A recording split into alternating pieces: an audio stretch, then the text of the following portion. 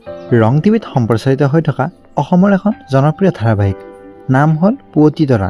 আৰু এই পুৱতি তৰা ধাৰাবাহিকত প্ৰজ্ঞাৰ চৰিত্ৰত অভিনয় কৰা অভিনেত্ৰীগৰাকীৰ প্ৰকৃত পৰিচয় বুলি আপোনালোকে জানিব বিচাৰে নেকি?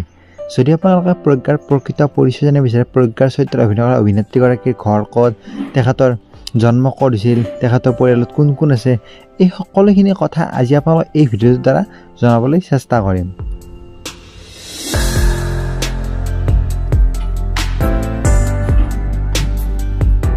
নমস্কাৰ আপোনালোক সকলোকে, আশা কৰোঁ আপোনালোক সকলো ভালে আছে। আৰু আজিৰ এই ভিডিঅ'টোত আমি পুৱতি তৰা ধাৰাবাহিকত প্ৰজ্ঞাৰ চৰিত্ৰত অভিনয় কৰা অভিনেত্ৰীগৰাকীৰ প্ৰকৃত পৰিচয় আপোনালোকক ক'বলৈ চেষ্টা কৰিম।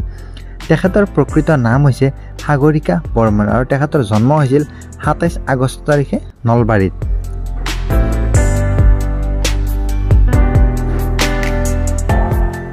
যদি আমি তেখেতৰ পৰিয়ালৰ কথা পাতিবলৈ যাওঁ, পৰিয়ালত তেখেতৰ মা আৰু দেউতা আছে। তেখেতৰ দেউতাৰ নাম হ'ল বিপুল বৰ্মন আৰু তেখেতৰ মাৰ নাম হ'ল শেৱালী বৰ্মন।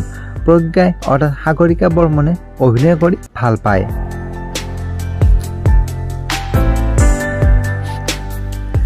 যদি আমি তেখেতৰ শিক্ষা জীৱনৰ কথা পাতিবলৈ যাওঁ, প্ৰজ্ঞাই অৰ্থাৎ সাগৰিকা বৰ্মনে বামুণী মৈদাম গাৰ্লছ কলেজৰ পৰা পলিটেকনিকত JEE কমপ্লিট কৰে।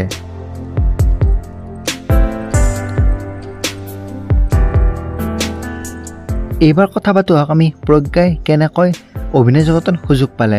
অভিনয় জগতত প্ৰজ্ঞাই এনেকুৱা বহুতো অসমীয়া ভিডিঅ' ছঙো বহুতো কৰিছে আৰু লগতে অসমীয়া বহুতো শ্বৰ্ট ফিল্ম কৰিছে, কাৰণ প্ৰজ্ঞাই অভিনয় কৰি ভাল পায়।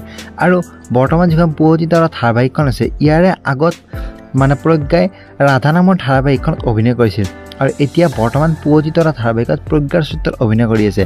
আপোনালোকে বাৰু প্ৰজ্ঞাৰ চৰিত্ৰত অভিনয় কৰা অভিনেত্ৰীগৰাকীৰ অভিনয় চাই কেনেকুৱা পাইছে কমেণ্টত জনাবলৈ একেবাৰে নাপাহৰিব।